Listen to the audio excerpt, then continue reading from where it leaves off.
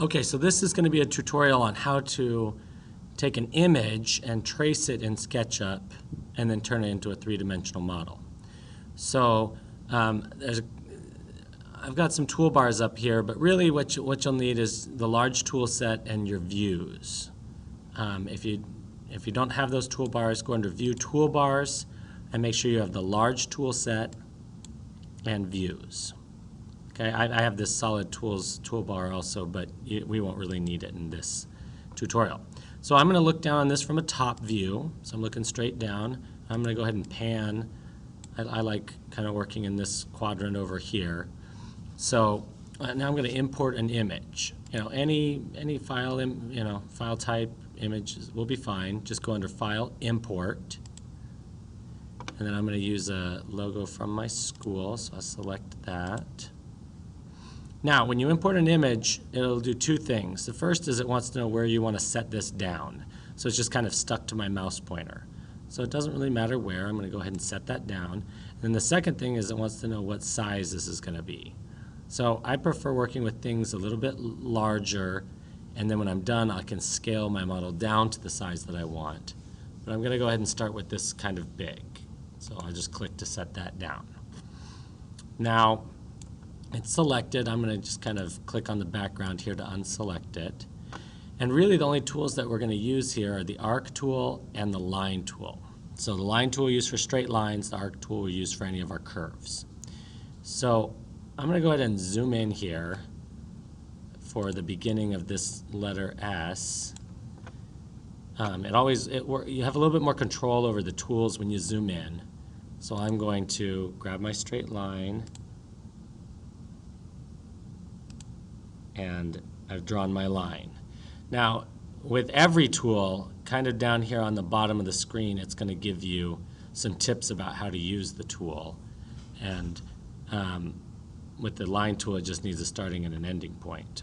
So I'll go ahead and draw this line in here. Now, when you're using that line tool, it's kind of sticky. It thinks I still want to use it for something, when really I don't. So I'll just hit Escape on the keyboard, and that will let that go. Same thing down here. I draw in this line. It still thinks I want to draw Escape on the keyboard. And that works on any tool that's still like trying to do something for you, but you don't really want it to do anything. So now we're going to use our arc tool as we start drawing the arc here and come around. So with the arc tool, it asks you for a starting point. It asks you for an ending point, and then you can curve it in the middle. And again, zooming in gives you more control over what you're doing here. Okay? So now, when we come into this next part, that light blue line, what that's trying to show you is a clean curve coming out of the previous curve. So, we're going to do our best to follow along the edge of this S here. And then, I could make it arc or bulge, either way, but really I want it to just stay light blue. There we go. So I'll do a last click to set that down. And you can stretch this out as far as you want, as long as it still looks like it's following your line. That'll be fine. And then I'm going to pan over to this side so that I can keep coming along here.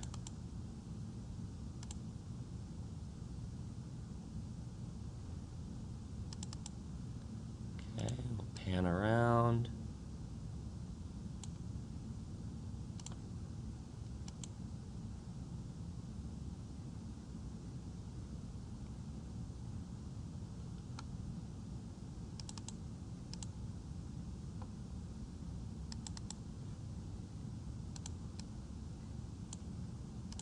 And just all this is little arcs. Make sure you don't bring it around too much. That'll cause problems if you're not careful. Okay. Coming around here.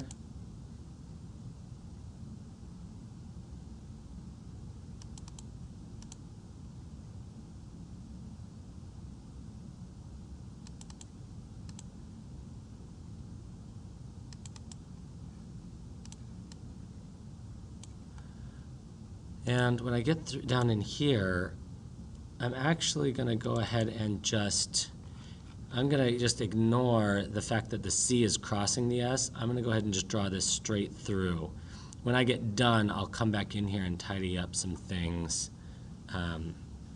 But for what I want right now, I'm going to just leave it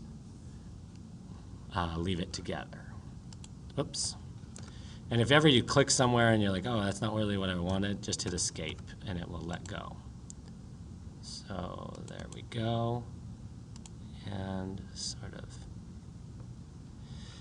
finish this up in here and curve that around. Okay, now we're ready for some more straight lines.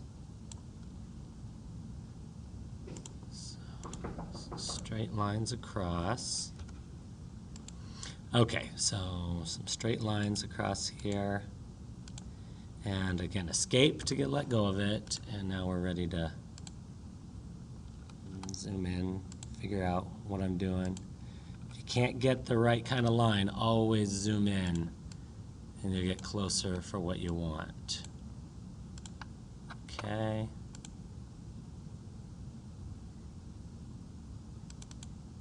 And again, I'm just going to ignore the fact that that the C is crossing there. I'm just going to draw it in.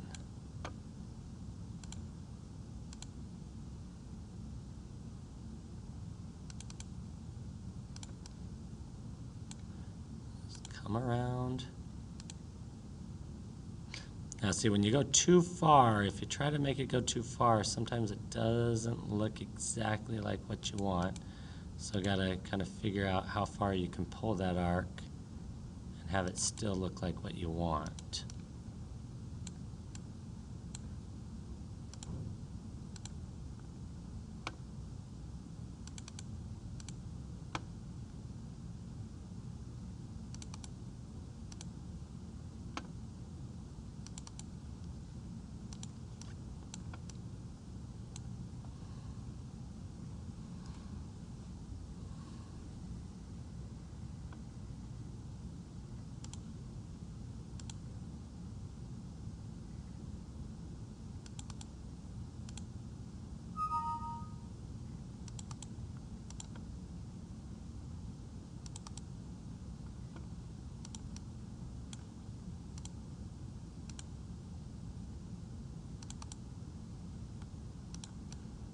Okay, and here we come around to connect up where we started.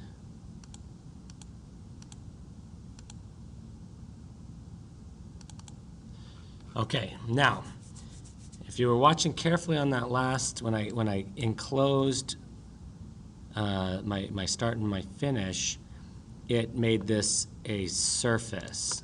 So yeah, we can see it there. It's not part of the image anymore. It actually put a surface there. And anytime you enclose a shape, you connect the endpoints, you end up with a surface. So I'm going to go ahead and color in the C here and end up with another surface before I make this three-dimensional. So zoom in here, draw my lines in.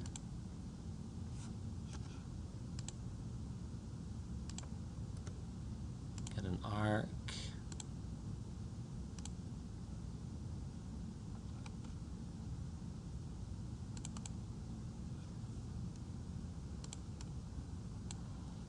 Okay.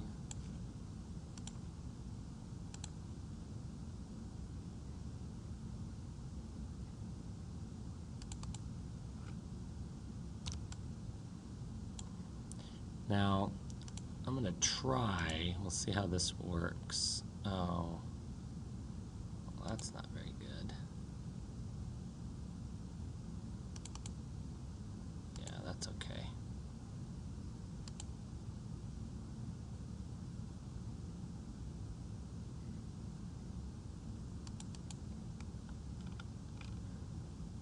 Okay.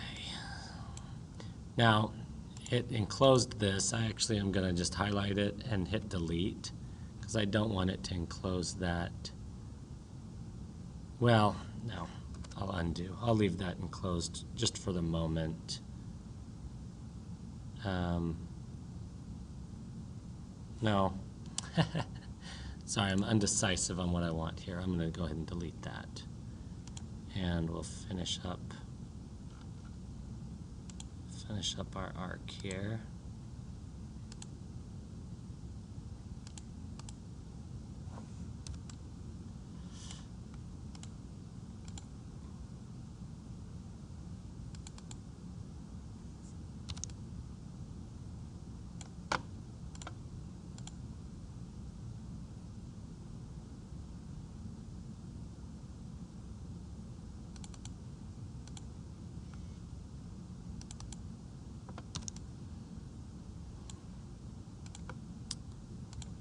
Okay.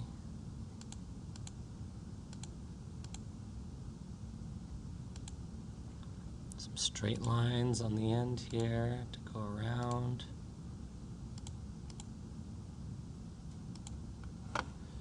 We'll hit escape to let go of that. Remember, A on the keyboard is the arc tool. H is the pan tool, or the hand. Right. Oops, wrong tool there. Arc.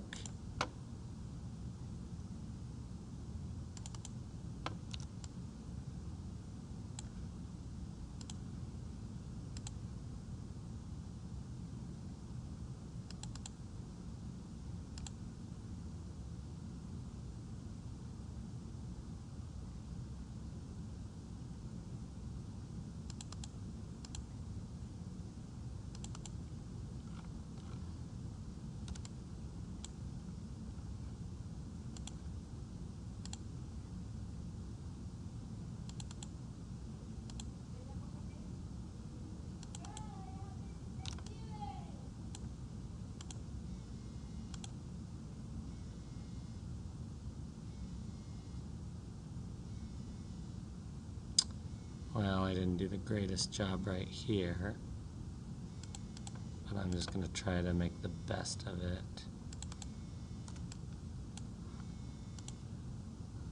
Okay.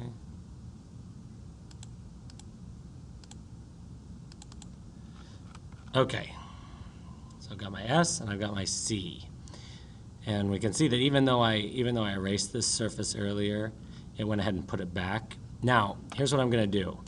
I'm going to take my eraser and I'm going to just erase these lines that separate my shapes. And sometimes there'll be little lines, and you got to make sure you tidy all those up. And then I'm going to select this inside surface and hit delete. So there's my SC all together. And there are different ways that we could do this. But I'm going to, whoops, I missed that line right there. But I'm going to go ahead and just do this way for the just ease of doing it. Now, once I've got that put together, I'm going to select my image and just hit delete on the keyboard so that it goes away. So now I've got just the surface that I created.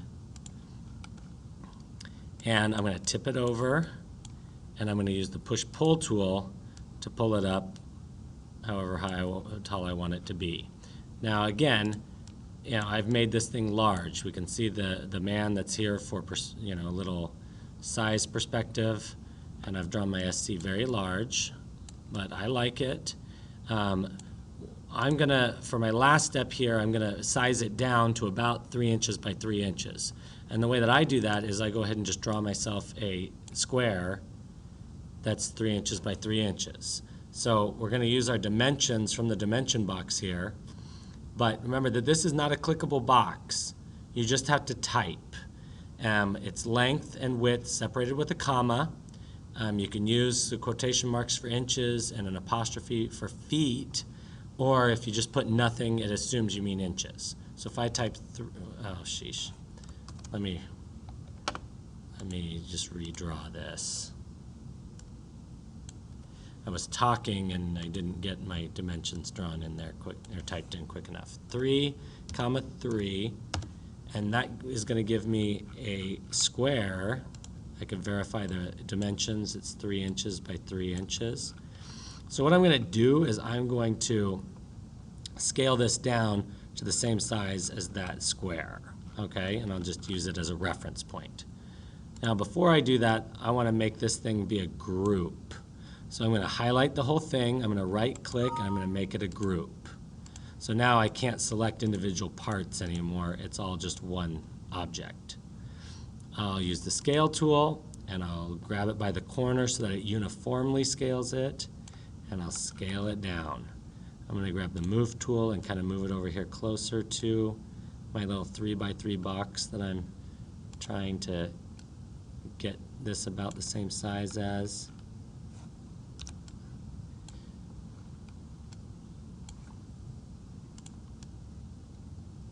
So it's just a little bit bigger than that.